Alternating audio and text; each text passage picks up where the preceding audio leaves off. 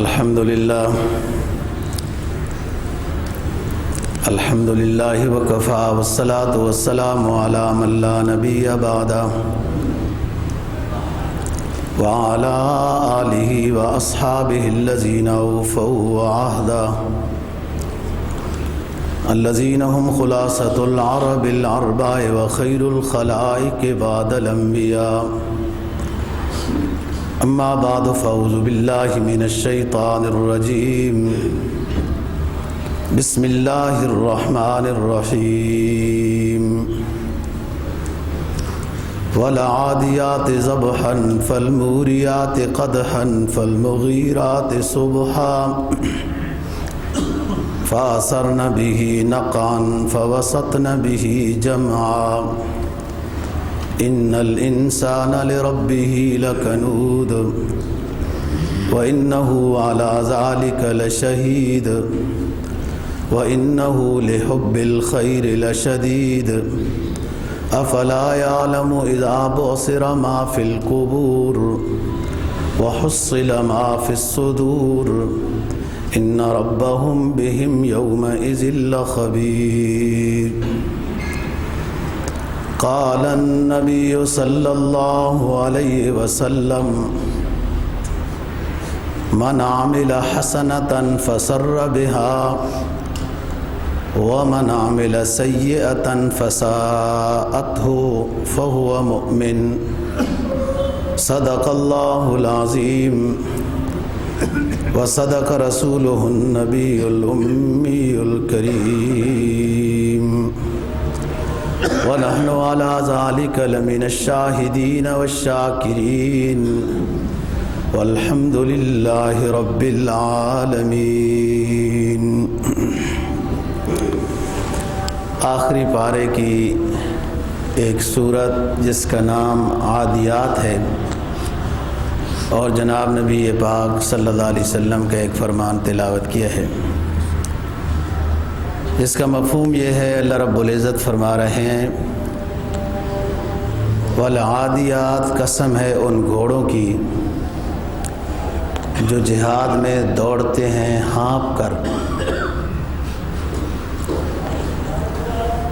فالموریات قدحا، اور قسم ہے ان گھوڑوں کی جو دوڑتے ہیں تو آگ کی چنگاریاں نکلتی ہیں، فالمغیرات صبحا، اور قسم ہے ان گھوڑوں کی جو صبح کے وقت مالک کے اشارے سے صبح کے وقت دشمن پر حملہ آور ہو جاتے ہیں، فَأَثَرْنَ بِهِ نَقْعًا، اور ایسی وفاداری سے اپنے مالک کے حکم سے دوڑتے ہیں کہ خوب دھوڑ اور گرد اڑا دیتے ہیں، فَوَسَطْنَ بِهِ جَمْعًا، اور گھس جاتے ہیں دشمن کی فوجوں میں، ان الانسان لربہ لکنود، بلا شبہ انسان اپنے رب کا ناشکر ہے، وَإِنَّهُ عَلَى ذَلِكَ لَشَهِيدٌ، اور اس بات کو وہ جانتا بھی ہے کہ میں صحیح شکر گزار وفادار نہیں ہوں، یہ انسان خود جانتا بھی ہے، وَإِنَّهُ لِحُبِّ الْخَيْرِ لَشَدِيدٌ، کیوں ناشکر ہے اور شریعت کی بات پر عمل نہیں کرتا؟ اس لیے کہ اس کو مال سے بہت زیادہ محبت ہے۔ افلا یعلم اذا بعثر ما فی القبور، کیا یہ جانتا نہیں ہے کہ سب کچھ قبروں سے باہر نکال دیا جائے گا؟ یہ بھی اس کا عمل بھی، وحصل ما فی الصدور، اور اعمال جو اس نے کیے ظاہراً ایک دوسرے کو نظر آئے وہ بھی ظاہر ہوں گے، وحصل ما فی الصدور، جو اس کے دلوں میں چھپی ہوئی باتیں تھیں وہ بھی ظاہر کر دی جائیں گی۔ ان ربہم بہم یومئذ لخبیر، اور اس کو یقین رکھنا چاہیے کہ اس انسان کا جو رب ہے وہ ان تمام احوال سے باخبر ہے، کون کیسا ہے، کیا عمل کرتا ہے، کیا اس کی نیت ہے۔ جناب نبی پاک صلی اللہ علیہ وسلم کا فرمان مسند احمد نے نقل کیا ہے۔ مسند احمد امام احمد رحمہ اللہ تعالیٰ کی کتاب ہے حدیث کی۔ حضرت انس رضی اللہ تعالیٰ عنہ راوی ہیں، فرماتے ہیں میں نے خود سنا ہے رسول پاک صلی اللہ علیہ وسلم کو یہ فرماتے ہوئے، من عامل حسنۃ فسر بہا، جس شخص نے نیکی کی پھر وہ اس نیکی کی وجہ سے خوش ہو گیا، ومن عامل سیئۃ فاساءتہ، اور جس نے گناہ کیا گناہ نے اس کو پریشان کر دیا، گناہ ہو گیا مومن سے، اس گناہ نے اس مومن کو پریشان کر دیا کہ تیری یہ کوالٹی نہیں تھی، فَهُوَ مُؤْمِنٌ، نیکی کے بعد خوشی، گناہ کے بعد گناہ نے غم دلا دیا، تو یہ دلیل ہے فَهُوَ مُؤْمِن، یہ مومن ہے۔ یہ کسی کو اپنا ایمان چیک کرنا ہے تو وہ چیک کر سکتا ہے۔ آپ صلی اللہ علیہ وسلم نے بیان فرما دیا، علامت بیان کر دی، نیکی کے بعد مسرت ہوئی، گناہ کیا کوئی بھی گناہ، نماز رہ گئی، جھوٹ بول دیا، غیبت کر دی، بد نظری کر دی، دھوکہ دے دیا، کوئی اور خلاف سنت کام کر دیا، پریشان ہو گیا، پریشان ہو گیا تو یہ ایمان کی علامت ہے۔ انشاءاللہ توبہ کی بھی توفیق ہو جائے گی۔ لیکن گناہ کرتا گیا اور مومن اس کو اپنا کمال سمجھتا گیا، اس کو غم کیا لگے، وہ تو اس کو اپنا ہنر سمجھتا رہا، گناہ کو، دھوکہ دینے کو، رشوت لینے کو، فراڈ کرنے کو، ناجائز کمانے کو یہ ہنر سمجھتا رہا، گناہ کیا سمجھتا، پھر ایمان کیسے ہے؟ ایک حدیث میں جناب نبی پاک صلی اللہ علیہ وسلم کا فرمان ہے، ایک زمانہ آئے گا لوگ اس خواہش سے سفر کریں گے، باہر نکلیں گے، مال آئے جیسے بھی آئے، یہ غور ہی نہیں کریں گے حلال آیا کیسے آیا، حرام آیا کس طرح ہوا، بس مال آئے جیسے بھی آئے، تو یہ قیامت کی علامت ہے، ایمان رخصت ہو چکا ہوگا، بس جس طرح بھی آئے مال جمع ہونا چاہیے۔ اللہ ماشاءاللہ، اللہ کے نیک بندے بھی ہوں گے۔ آپ کے سامنے سورہ عادیات تلاوت کی ہے اور اللہ پاک نے اس میں گھوڑوں کی خوبی بیان کی ہے، اور یوں ہی خوبی نہیں بیان کی ہے، قسمیں اٹھا کے خوبی بیان کی۔ قسم ہے ان گھوڑوں کی جو میدان جہاد میں دوڑتے ہیں، ہانپ کر تھک جاتے ہیں، تھکاوٹ اپنے مالک کو ظاہر نہیں کرتے۔ کیا مالک کیا دیتا ہے جی ان کو؟ تھوڑے سے دانے، اور وہ بھی ہے اتنے مزیدار نہیں جو خود بندہ کھا سکتا ہے، اوپر نیچے سے آگے پیچھے گھنڈیال مڈیال کو گند مند ملا چلا کے گھوڑے کو دانے دیے جاتے ہیں، چارہ دیا جاتا ہے، اور اس کی وفا دیکھیں، اس کی وفا دیکھیں، جدھر آپ اشارہ کریں وہ نہیں دیکھے گا آگے آگ ہے، وہ نہیں دیکھے گا آگے پانی ہے، وہ نہیں دیکھے گا آگے جنگل صحرا ہیں، ہلاکت کے مناظر ہیں، گھوڑا نہیں دیکھے گا جی، کیونکہ اس مالک کا اس نے دانہ کھایا ہے اور اس کی وفا میں جان قربان کر دیتا ہے۔ آپ کبھی گھوڑا سواری کریں، گھوڑا رکھ کے دیکھیں، آپ کو اندازہ ہو جائے گا کہ مشکل جگہوں میں مالک کو بچاتا ہے، بتاتا ہے کہ آگے حالات خراب ہیں، اور یہ بظاہر بولتے نہیں ہیں نا جانور، اللہ نے ان کو کچھ خاص شعور عطا کیا ہے جو انسان کو نہیں دیا، بہت سارا شعور تو انسان کو دیا ہے، ان کو نہیں دیا، یہ مکلف ہے، وہ غیر مکلف ہیں۔ حدیث میں آتا ہے، جناب نبی پاک صلی اللہ علیہ وسلم کا فرمان ہے کہ عذاب قبر جن و انس کے علاوہ پوری مخلوق کو محسوس ہوتا ہے، جانور جو پاس سے گزرتے ہیں قبرستانوں کے ان کو محسوس ہوتا ہے کہ یہاں عذاب قبر ہو رہا ہے، حالات کے مشکل احوال جانور باخبر ہو جاتے ہیں۔ عجیب عجیب باتیں ہیں، جب زلزلے آئے وغیرہ پچھلوں میں تو پرندے، زلزلہ آنے سے پہلے پرندے ایک خاص قسم کا شور شروع کر دیتے ہیں، لوگوں نے لکھے ہیں وہ باتیں۔ دنیا نے بڑی ترقی کی، میں تو ہر دفعہ روتا رہتا ہوں، کیا ترقی کی ہے؟ وہ ویسی روس سے ہوائیں چلتی ہیں تو کہتے ہیں 3 دن بعد فلانا فلانا فلانا بارش کا امکان ہے، وہ نہیں چلی تو کوئی نہیں۔ کدھر ہیں حالات، کہاں ہے سائنس کہ وہ بتائے نا پھر کہ 2-4 دن کے بعد زلزلے آ رہے ہیں، اپنا انتظام کر لیں۔ کوئی آلہ دنیا میں ابھی تک تیار نہیں ہوا۔ وہ 5.7 7.5 تھے زمینی، 25 کلومیٹر تو آسمانی فلان، وہ کون سا ہم نے ناپا ہوا ہے؟ جیسے کہہ دیں ہم نے ویسی مان لی۔ یہ اللہ کا نظام ہے دوستو، یہ اس کے قبضے میں ہے۔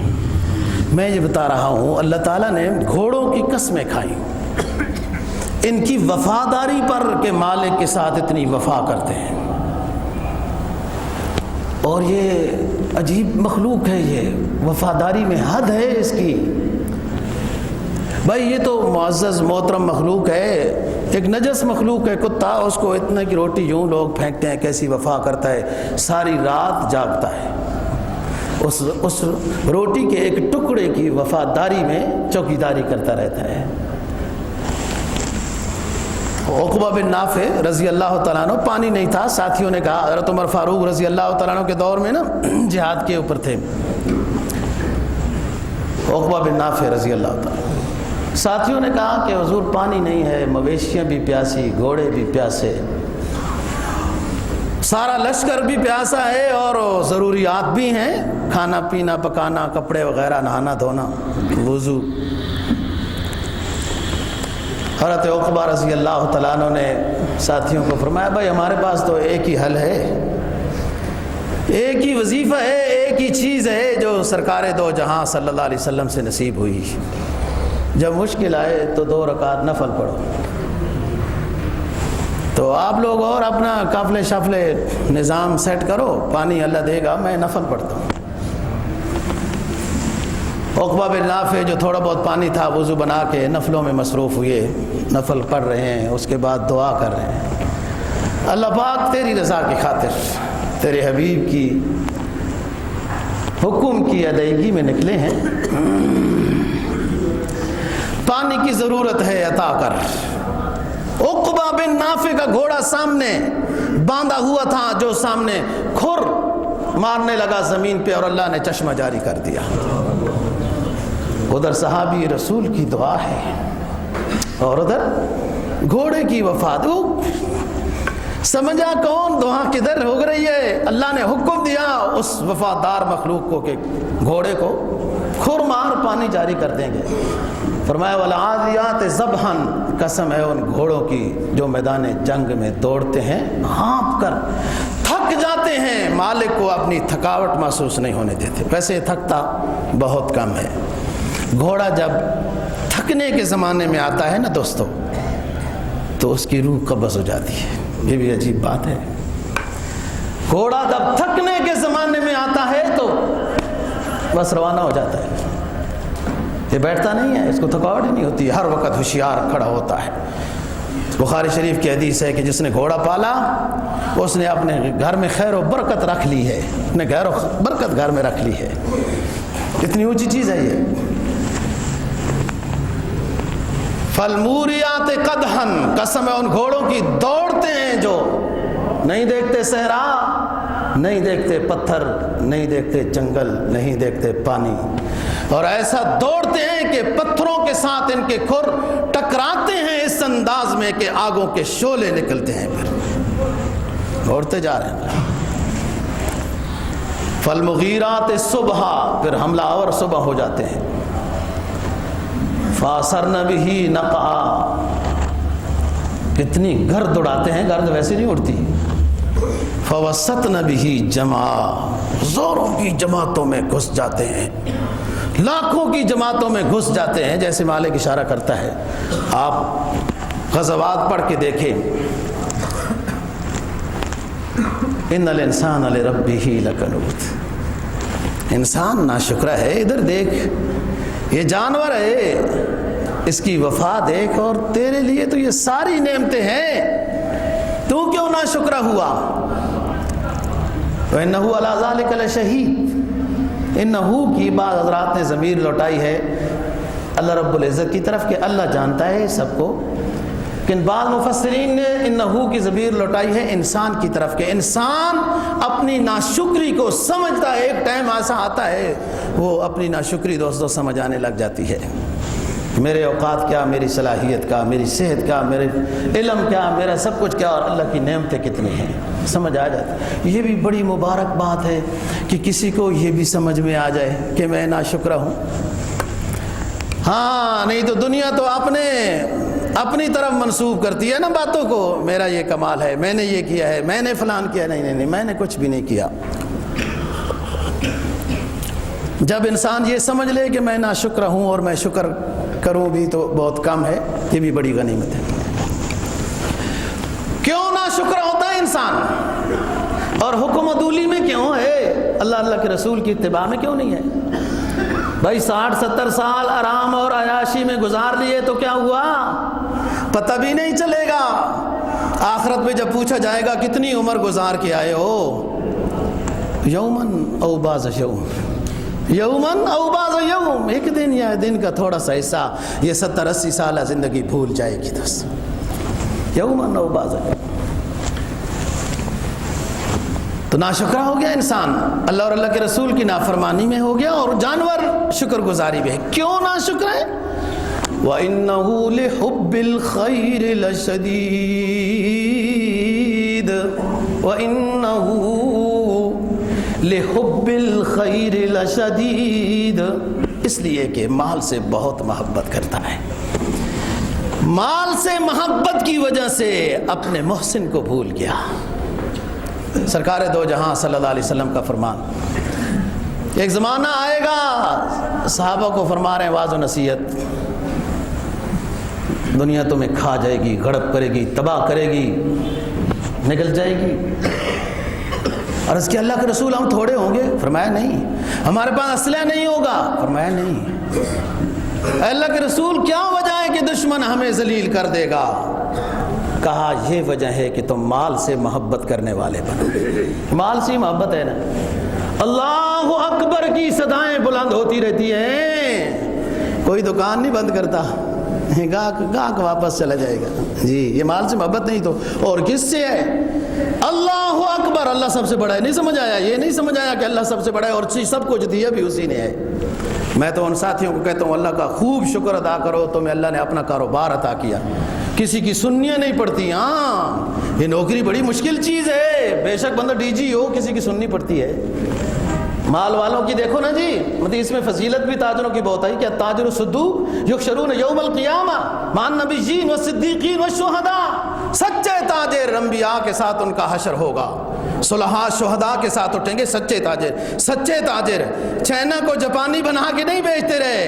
ہاں سچے تاجر میدان حشر میں انبیاء کے ساتھ ان کا حشر ہوگا. اپنا کاروبار ہے بھائی. اللہ اکبر، اللہ سب سے بڑا ہے کہ آپ کا کاروبار سب سے بڑا ہے. یہ نہیں سمجھ میں آتا. عربی جو نہیں جانتے، انگلش جانتے ہیں. انگلش میں تو اذان نہیں ہوتی، عربی میں ہوتی ہے. عربی سیکھنی چاہیے تھی. تو بات یہ دوستو، انہ لحب الخیر لشدید. رسول پاک صلی اللہ علیہ وسلم نے فرمایا مال کی محبت تمہیں اسلامی ہدایات پر عمل کرنے سے رکاوٹ بن جائے گی. اور ایمان والے کیا ہوتے ہیں؟ انہیں نہیں رکاوٹ بنی. فرمایا ایھا الذین آمنوا لا تلہکم اموالکم ولا اولادکم عن ذکر اللہ. یا ایھا الذین آمنوا لا تلہکم اموالکم ولا اولادکم عن ذکر اللہ ومن یفعل ذلک فاولئک هم الخاسرون. ایمان والو، تمہیں اپنی اولاد اور مال کی محبت اللہ کی یاد سے غافل نہ بنا دے. جو غافل بن گیا وہ خسارے میں ہو گیا. یہ دنیا مال و دولت بھی نہیں کام آئے گی. گیا جب سکندر دنیا سے تو دونوں ہاتھ خالی تھے. سکندر کا ہی گزرے ہیں دوستو. ایک سکندر ذوالقرنین ہے اور سکندر اعظم کہلاتا ہے، وہ کافر ہے. گئے ایک دن ہم سوئے گور خستہ حالی تھے، مقابر جتنے دیکھے سارے خشتوں پائمالی تھے، گیا جب سکندر دنیا سے تو دونوں ہاتھ خالی تھے۔ اس نے کہا تھا میرا جب جنازہ اٹھاؤ تو باہر نکال دینا ہاتھوں کو، دنیا کو سمجھ آ جائے۔ کچھ نہیں ساتھ لے کے جاتا، اور ساتھ کیا لے کے جاتا ہے؟ ایمان اور عمل صالح کی پونجی۔ یہ انسان کے اتنا وفادار دوست ہے دوستو، ایمان کامل، عمل صالحہ، یہ اتنا وفادار ساتھی ہے، اتنا وفادار ساتھی ہے۔ ہاں، ابو مسلم خولانی کو جب مسیلمہ کذاب نے آگ میں ڈالا تو ان کے پاس کوئی کیمیکل نہیں تھا جس نے آگ کو بچایا۔ مسیلمہ کذاب نے جب ابو مسلم خولانی رضی اللہ تعالی عنہ کو آگ میں ڈالا تھا، صحابی رسول کو یا تابعی ہے، تو کوئی کیمیکل نہیں تھا جسم میں ملا ہوا، وہ اللہ اور اللہ کے رسول کی غلامی کا کیمیکل تھا جو آگ نے کوئی اثر نہیں کیا تھا۔ یہ چیز ہر وقت ساتھ ہوتی ہے، قبر میں بھی، حشر میں بھی، ساری جگہ، آگ میں بھی ساتھ تھی نا، بچا لیا اس نے۔ فرمایا انہو لحب الخیر لشدید، یہ انسان کی محبت جو ہے وہ نیکی سے محبت زیادہ، محبت وہ ہے جو شریعت کے احکام پر عمل کرنے میں رکاوٹ بنے، یہ محبت ہے۔ رکاوٹ نہ بنے تو ضرورت ہے، محبت نہیں ہے، وہ محبت مضر نہیں ہے۔ جو نماز روزہ، حق حقوق انسان، اپنے گھر والے، اللہ کے حقوق ادائیگی میں کوئی مالداری رکاوٹ نہیں بن رہی تو یہ مالداری نہیں ہے، یہ حب دنیا نہیں ہے۔ حب دنیا وہ ہے جو رکاوٹ بنتی ہے۔ افلا یعلم اذا بؤثر ما فی القبور، انسان سوچتا نہیں ہے، جو ہر روز جنازے اٹھاتا ہے، بڑے بڑے لینڈ لارڈوں کے جنازے بھی اٹھائے ہیں نا، یہ بھی اللہ کی عطا ہے، جنازہ نصیب ہو جائے۔ ہاں، یہ بھی اللہ کا انعام ہے، قبر نصیب ہو جائے، مومن جنازہ پڑھنے والے مل جائیں، یہ بھی اللہ کا انعام ہے دوستو۔ بڑے بڑے شہنشاہ جو مونچھوں پہ بل دیتے تھے، دنیا نے ٹکڑے کر دیے لاشوں کو۔ تاریخ جانو اپنی پاکستان کی، کریں گے بات انشاءاللہ۔ حافظہ کا بھی ہونا ضروری ہوتا ہے، ماضی یاد رہنی چاہیے، اپنی ماضی کی تاریخ یاد رہنی چاہیے، یہ بڑی سعادت کی بات ہے۔ سرکار دو جہاں صلی اللہ علیہ وسلم کا فرمان ہے، 40 بندے نیک ایمان والے، 40 بندے نیک ایمان والے جس کے جنازے میں شریک ہو جائیں اور اس کے لیے مغفرت کی، اللہم اغفر لحینا، مغفرت کی دعا کر دیں تو اللہ فرماتے ہیں میں معاف کر دیتا ہوں۔ جنازہ نصیب ہو نا، بڑی بات۔ اور جس کے جنازوں میں میلوں صفے ہوں، ممتاز قادری جیسے، اللہ تعالیٰ غریق کی رحمت فرمائے۔ ہاں، نبی کی محبت میں تو پھر یہ ہوتا ہے، پھر جنازوں کی صفے پھر میلوں میں ہوتی ہے۔ ہاں، نبی کی غلامی، یہ اتنا بڑا انعام دنیا میں بھی ہوتا ہے، آخرت میں بھی ہے۔ 40 بندے جس کے جنازے میں شریک ہو جائیں، ایمان والے، مغفرت رب کر دیتا ہے، اور جس کے جنازے میں گنتی نہ ہو سکے تو پھر ایسا کام تو ہو نا دوستو۔ وَإِنَّهُ لِحُبِّ الْخَيْرِ لَشَدِيدٌ أَفَلَا يَعْلَمُ إِذَا بُعْثِرَ مَا فِي الْقُبُورِ، انسان سوچتا نہیں ہے کتنوں کے جنازے اٹھائے، بادشاہوں کے بھی اٹھائے، بڑے بڑے لینڈ لارڈوں کے اٹھائے، محدثین، علماء، فقہا کے اٹھائے، تو یہ کس خوش فہمی میں بیٹھا ہوا ہے؟ یہ بندہ کس خوش فہمی میں ہے کہ اس کا جنازہ نہیں اٹھایا جائے گا؟ پھر وہاں کیا کام آئے گا؟ وَحُصِّلَ مَا فِي الصُّدُورِ، وہاں تو دلوں کے بھید بھی سامنے رکھ دیے جائیں گے، اور اللہ سب کچھ جانتا ہے۔ تو بات کر رہا ہوں دوستو، اللہ پاک نے جانوروں میں سے یہ جانور ہے گھوڑا، جس کی قسمیں اٹھائی ہیں اور اس کی وفاداری پر، اور کبھی بات کریں گے وہ کون سے جانور ہیں جو جنت میں جائیں گے۔ 10 جانور ہیں جو جنت میں جائیں گے انشاءاللہ۔ پھر ہم اپنا موضوع جو ہے وہ پھر رہ جاتا ہے، ٹائم تھوڑا ہوتا ہے، جس میں صالح علیہ السلام کی اونٹنی، ابراہیم علیہ السلام کا وہ بچڑا، وہ جو مہمانوں کے سامنے بھون کے لے آئے تھے۔ بہرحال دوستو، ہم بات کر رہے تھے کہ انگریز جہاں آیا، مجاہدین اسلام نے اس کا مقابلہ کیا اور ہر طرف سے اس کو مقابلے کا سامنا ہوتا رہا، اور آیا دھوکے کے ساتھ ہے، اور دشمن ہمیشہ دھوکے سے آتا ہے۔ یہ تو اس میں فراست ہونی چاہیے نا، یہ اس میں فراست ہونی چاہیے، مسلم میں اسلامی ہدایات کے روشنی میں اس کے پاس فراست ہو کہ قرآن کہتا ہے لا تتخذوا اليہود والنصارى اولیاء، یہود و نصارہ کو دوست نہ بناؤ۔ اور مغلیہ خاندان نے ایسٹ انڈیا کمپنی کو کاروبار کی اجازت دی، خود گھسایا ایسٹ انڈیا کمپنی کو، پھر جب کمزور ہوئے تو اس سے وظیفے بھی لینے لگ گئے، وہ بھی خوش ہو گیا کہ کام بن گیا ہے۔ پھر اس نے وظیفے خور کچھ بظاہر جو مسلمان تھے اندر میں ان کے تھے، ان کو بھی خریدا۔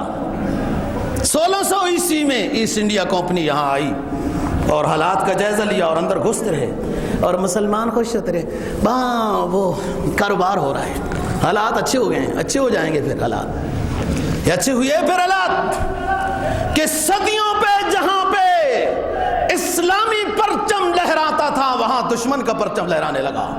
یہ اس کا فائدہ ہوا جو اس نے یہاں کے کاروبار کیا۔ اور انگریز کے لیے سب سے مشکل کانٹا وہ ٹیپو سلطان تھا، اور وہاں پر بھی اس نے جو میں ایک جامع معنی لفظ بولا ہے یاد رکھنا، بظاہر جو ہمارے بنے ہوئے تھے اندر میں اس کے تھے۔ ٹیپو سلطان کو نقصان دیا میر صادق نے، نواب سراج الدولہ بنگال میں جو مغلوب ہوا اس کو نقصان دیا میر جعفر نے، اور یہ انگریز نے خریدے تھے۔ وہ بظاہر ہمارے بنے ہوئے تھے، اندر سے اس کے تھے، جو اندر بھی ہمارا ہو باہر سے بھی ہمارا ہو وہ کبھی بکتا نہیں ہے، جھکتا وہ شہادت لے لیتا ہے، اور شہادت کو فخر سمجھتا ہے، شہادت کو اپنی زندگی کا کامیاب ترین تحفہ سمجھتا ہے جو مومن ہوتا ہے۔ اسے پتہ ہے بغیر حساب کتاب کے نعرہ لگے گا جاؤ شہید ہو جنت میں چلے جاؤ، کیا حساب دیتے رہو گے؟ دنیا کی عدالتوں میں لوگ حساب نہیں دے سکتے، آخرت میں عدل و انصاف کی عدالت میں کون سامنا کر سکتا ہے؟ بغیر حساب کے شہید جائے گا۔ سن 1750 میں عیسوی میں کافی حد تک انگریز اپنا پنجہ کاٹ چکا تھا، اور ٹیپو سلطان جیسے لوگ اس کے مقابلے میں جو 1799 میں میر صادق کی گویا کہ بے ضمیری کی وجہ سے شہید ہو گیا، اللہ نے اس کو مقام دیا، اور انگریز نے انگریزی کتابوں میں پڑھ کے دیکھو، انگریز نے جشن منائے کہ ایک مجاہد اعظم، مسلمانوں کے مجاہد اعظم کو ہم نے قتل کر دیا ہے، شہید کر دیا ہے، اب ہمارا اس ایشیا میں ہندوستان میں اپنا قبضہ جمانا آسان ہو گیا ہے۔ بہرحال وہ سمجھ سکتا تھا اس نے ایک مصیبت میں ڈالا ہوا تھا، لیکن انگریز نے بے شک دوستوں مسلمانوں کو ہر جگہوں میں پریشان کرنے کی کوشش کی ہے، خواہ افغانستان میں موجودہ یا کہیں اور بھی، لیکن اللہ کے فضل و کرم سے مجاہدین اسلام نے دشمن کو بھی کبھی سکون سے نہیں رہنے دیا ہے۔ بے شک بظاہر ہماری لاشوں کے ڈھیر لگاتا رہے، ہمارے شہیدوں کی سریوں کو سروں کو جمع کر کے آگ لگائے، اور پھر ان کے جب پٹاخے چھٹتے تھے تو یہ تالیاں بجاتے تھے، بجاتا رہے، لیکن اللہ کے فضل و کرم سے مجاہدین کے بیچ کو ختم نہیں کیا جا سکتا۔ انگریز اپنے ملک میں بھی رہ کر سکون کی نیند نہیں سو سکتا، یہ اللہ نے ہمیشہ یہ کر کے دکھایا ہے۔ سلطان ٹیپو تو 1799 میں شہید ہو گیا، لیکن 1803 عیسوی میں دہلی کا ایک مرد مجاہد جس کا خاندان ہی سارا مجاہد ہے، شاہ عبدالعزیز محدث دہلوی رحمہ اللہ تعالی نے فتویٰ شائع کیا، انگریز کے خلاف جہاد فرض عین ہے، یہ دارالحرب ہے، اس کی نوکری ناجائز ہے، مسلمانوں نکلو میدان میں، اور انگریز کو یہاں سے نکالنے کے بعد ہم سکون کا سانس لیں گے۔ یہ شاہ ولی اللہ خاندان سے جب یہ فتویٰ 1803 عیسوی میں دہلی کی جامع مسجد سے گونجا۔ اور یہ وہ زمانہ ہے کہ جب ٹیپو سلطان کے بچے بمبئی میں جیل میں تھے۔ سید احمد شہید رحمہ اللہ تعالی، ان کے قافلے کی ملاقات بمبئی میں ٹیپو سلطان کے بچوں کے ساتھ ہوئی جب وہ جیل میں تھے 1822 عیسوی میں۔ تو سید احمد شہید نے کہا کہ اے شیر دل مجاہد کے فرزندو، میں حج کے سفر پہ جا رہا ہوں اور نیت رکھتا ہوں اور دعا بھی وہاں کروں گا، نیت رکھتا ہوں کہ مجاہد اعظم ٹیپو سلطان کی خواب کو سید احمد اور اس کا قافلہ پورا کرے گا۔ 1826 میں تاریخ آزادی چلی، جن کے خلاف انگریز بھی ہے، یہ سید احمد شہید، سید اسماعیل شہید وغیرہ، پوری ایک جماعت ہے جو ہزاروں میں تھے، لوگ بیعت بھی ہونے لگ گئے۔ 1826 عیسوی میں ان کے مقابلے میں انگریز بھی ہے، سکھ بھی ہے، ہندو بھی ہے، اور یہ یہاں آتے ہی سانحہ بالاکوٹ سن 1831 عیسوی میں سانحہ بالاکوٹ وجود میں آیا۔ مولانا سید عبد المجید ندیم شاہ صاحب رحمہ اللہ تعالی وہ اشعار بڑے خاص انداز میں وجدانی کیفیت میں پڑھا کرتے تھے، جو سید اسماعیل شہید کی قبر کے اوپر آج بھی لکھے ہوئی ہیں۔ یہ بالاکوٹ میں ہے، سر مبارک کی قبر جدا ہے، دھڑ کی قبر ادھر ہے، سید احمد کی بھی، سید اسماعیل کی بھی، اور یہ حسینی سید ہیں۔ میں تو تاریخ جب پڑھتا ہوں تو سوچتا ہوں معلوم نہیں یہ حسینی سید کے کارنامے ہی کچھ یوں ہیں کہ حضرت حسین رضی اللہ تعالی عنہ کی لاش مبارک، جسد مبارک تو کربلا میں ہے، لیکن سر مبارک شام اور دمشق میں ہے۔ بعض نے مصر لکھا ہے، یہاں بھی ایسا ہوا، اور یہاں وہ ان کی قبر پہ فرمایا اے ذبیح اللہ اسماعیل ماں، اے ذبیح اللہ اسماعیل ماں، شد نگاہ سوئے اسرافیل ماں، خون خود را در کو ہو کو سار ریخ، لیک بیجے حریت در ہند بیک۔ اے اسماعیل شہید، اے سید احمد شہید، آپ حضرات نے اپنا قیمتی خون بالاکوٹ کے سنگریزوں میں بہا کر تاریخ جنگ آزادی کی بنیاد ڈال دی۔ یہ علماء کا قافلہ ہے دوستو۔ تعارف کرانا چاہتا ہوں، ان پڑھ جاہل سمجھدار جو اپنے آپ کو سمجھتے ہیں، بعض دفعہ اپنی مجلسوں میں یہ کہہ دیتے ہیں مولویوں نے کیا کیا ہے، مولویوں نے کیا کیا ہے۔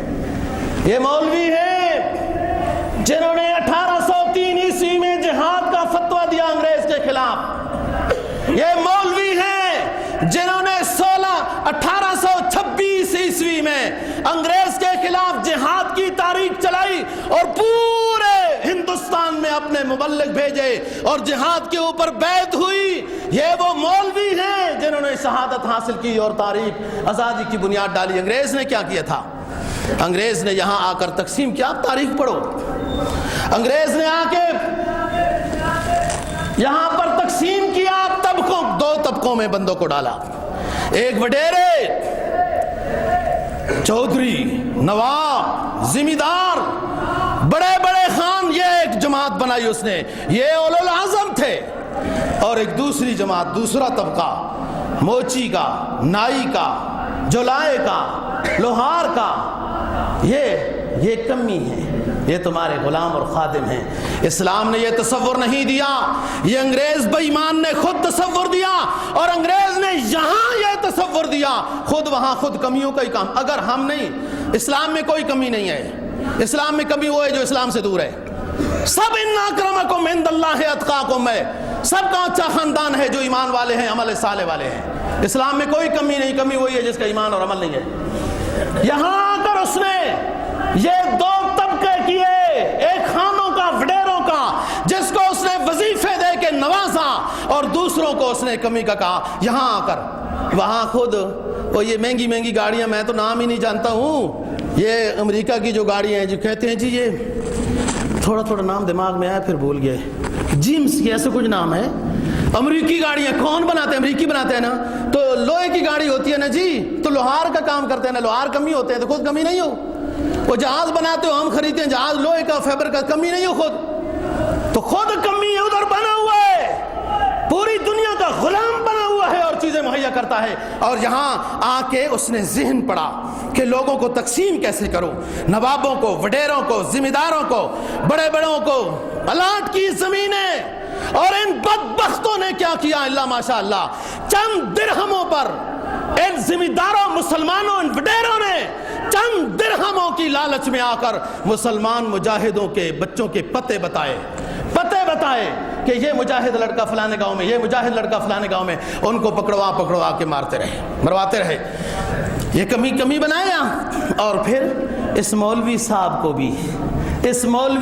کو بھی کمی کے دائرے میں رکھا ہے، کمی کے دائرے میں، لوہار، موچی، نائی، جلاہا یا اور جو ہنرمند پیشہ ہے، اور اس میں پھر مولوی صاحب بھی، یہ کمی ہے، اور بس یہ جب آپ سالانہ وہ کیا ہوگا گندم شندم وغیرہ ہوں گے تو بگار کہتے ہیں، کیا لفظ کہتے ہیں کہ بگار دی جائے گی 10 من میں، کچھ مولوی صاحب کا، کچھ لوہار کا، کچھ موچی کا، کچھ یوں ہوتا ہے، لیکن دوستو اس طرح کی ذلت کا سامنا علماء ہند نے کیا،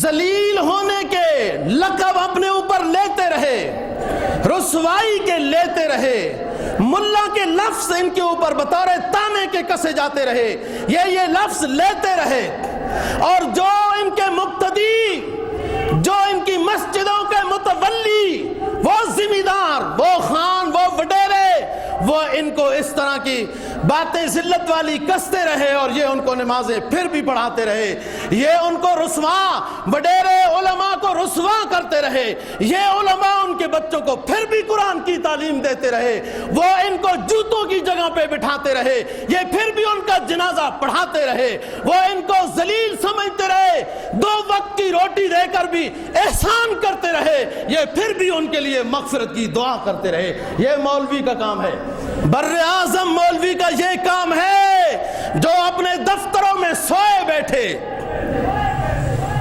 اور یہ سمجھتے ہیں مولوی نے کیا کیا ہے، اور یہ سب کارنامے ہیں، ورنہ کوئی بھی بندہ اپنے لیے جب ذلت کے لفظ سنتا ہے تو جان بچاتا ہے، کام چھوڑ دیتا ہے، لیکن اس مولوی صاحب، یہ ملا کا لفظ ایک زمانہ تھا خلافت عثمانیہ اور خلافت تو نہیں کہنا چاہیے، سلطنت مغلیہ میں جو اعزاز اور احترام کا حامل تھا یہ ملا کا لفظ، ملا جامی، ملا حسن، یہ اس نام سے کتابیں ہیں کہ اس وقت لفظ ملا ایک اعزاز کے طور پر سمجھا جاتا تھا،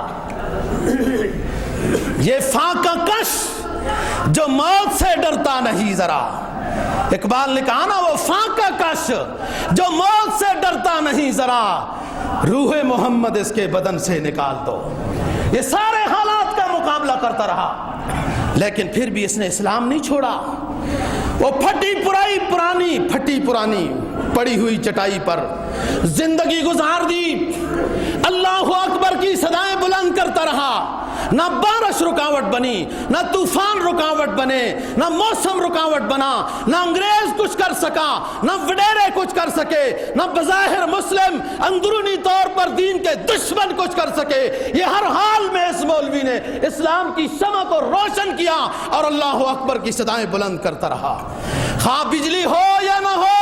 کہاں تھی بجلی اس وقت، کہاں تھی گرم اور اچھی قالینوں والی مسجدیں، اور اس حد تک کارنامہ ہے، تاریخ پڑھو کہ پتہ چلتا ہے اس میاں صاحب کہتے تھے، میاں صاحب کو پتہ چلتا ہے کہ فلانے گھر کا وہ بچہ 2 دن پڑھنے نہیں آیا تو وہاں پہنچ جاتے تھے، اس بیمار ہے تو دعا کرتے تھے، بھینس دودھ نہیں دے رہی پہنچ جاتے تھے، دم کر دیتے تھے، اللہ کرے ان کی بھینس، کین وڈیروں کی بھینسیں جو اس کو جیتوں کی جگہ میں بٹھاتے تھے، جو 2 وقت کی روٹی دے کر اس کے اوپر احسان کرتے تھے، اور بعد میں بھی معاشرہ ایسا آیا، انگریز کیا پروردہ، انگریز کا غلام، انگریز کے اسکولوں کی پی ایچ ڈی کرتا ہوا وہ مسلم معاشرہ آیا کہ ہر جگہ میں چپڑاسی کی تنخواہ بھی زیادہ ہو سکتی ہے، مزدور کی تنخواہ بھی زیادہ ہو سکتی ہے، چوکیدار کی تنخواہ بھی زیادہ ہو سکتی ہے۔ ان تمام افراد جن کی تنخواہیں تھوڑی ہوتی ہیں، ان تمام تھوڑی تنخواہوں والوں کے مقابلے میں بھی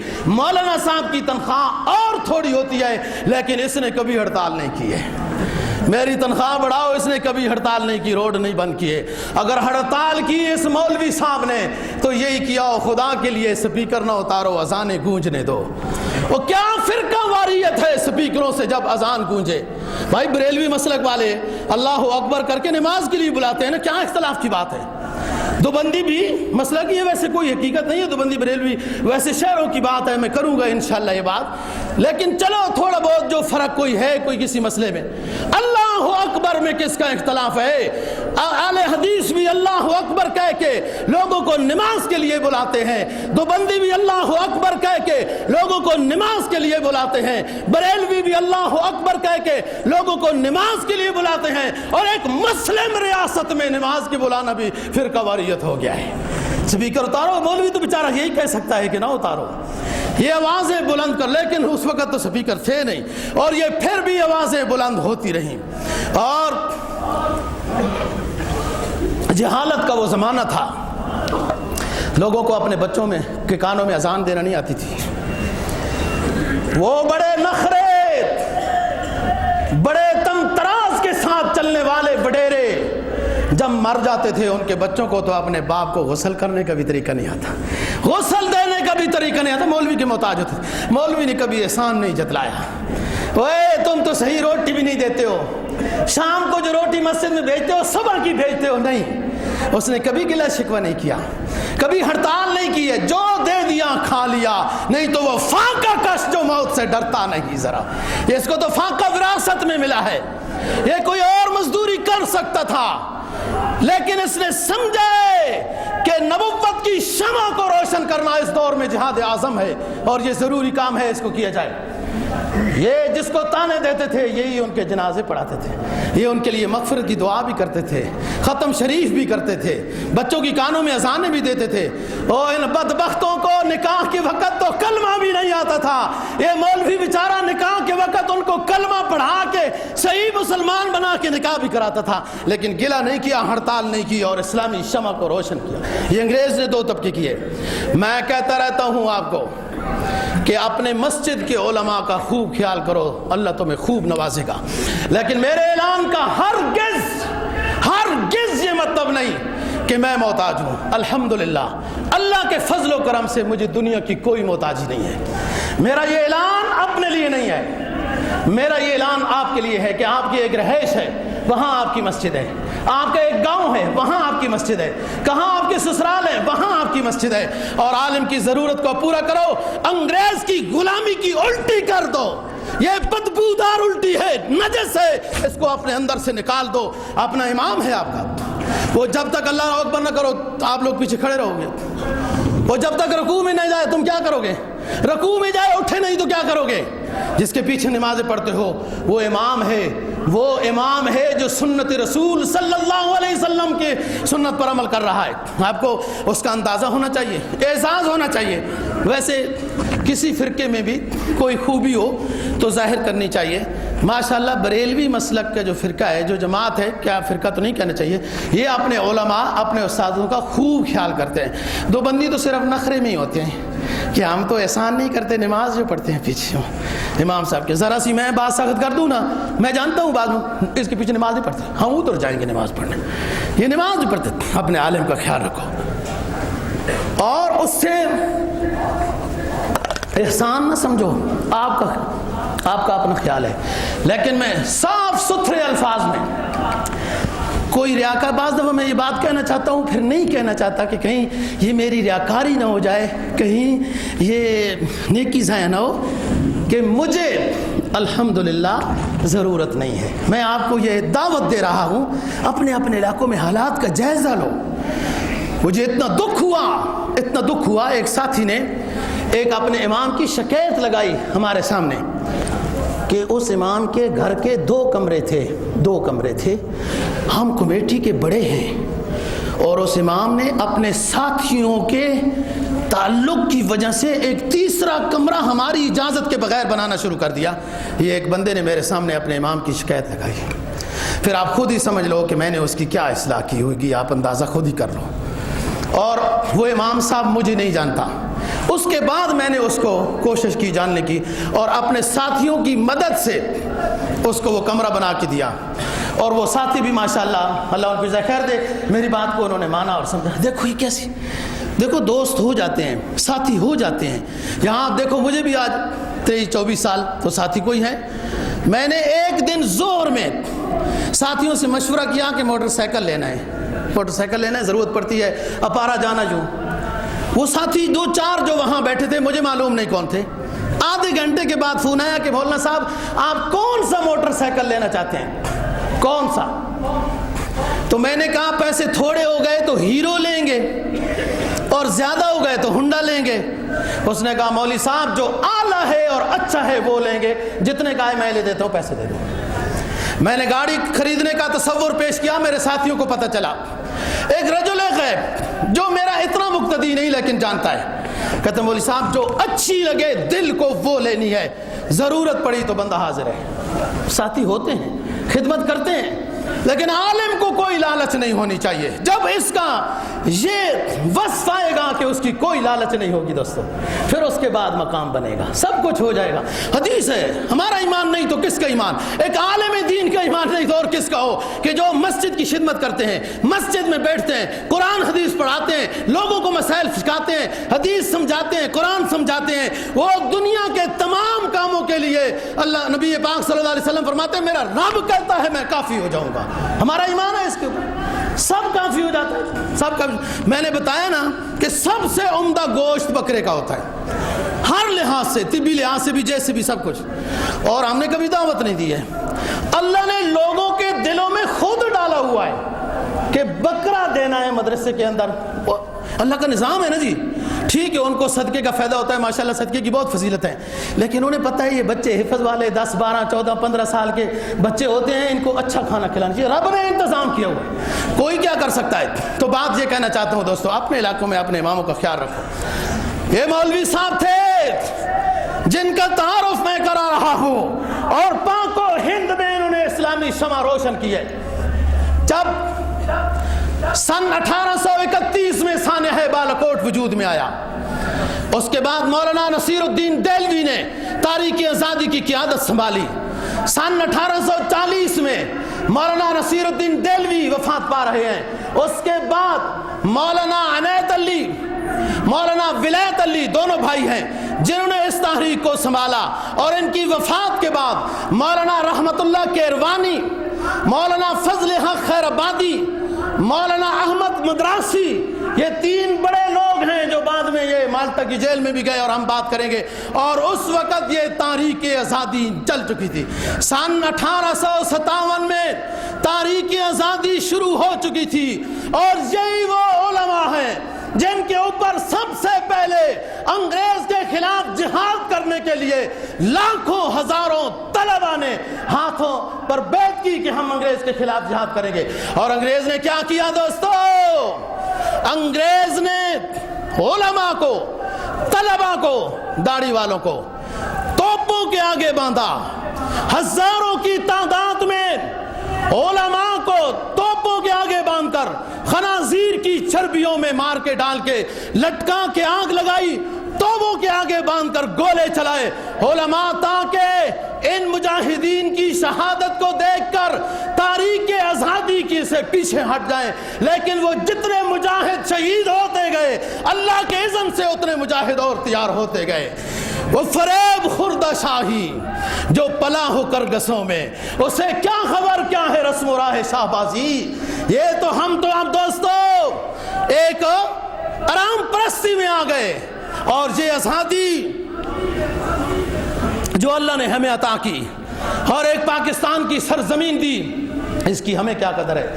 جن ہزاروں دنیا نے لاشیں دی، قربانیاں دی ہیں، اور اللہ کے فضل و کرم سے آج ہم تو یہ تاریخ آزادی شروع ہوئی 1857 میں، اور یہ سب علماء کی قربانیاں ہیں۔ یہ علماء نے ہاتھوں پہ بیعت کی، اور یہ تاریخ جلی اور انگریز مجبور ہوا اس پاک سرزمین ہندوستان اس علاقے کو چھوڑنے پر. باقی بات اگلے جمعے کو کریں گے. اللہ سمجھ نصیب فرمائے.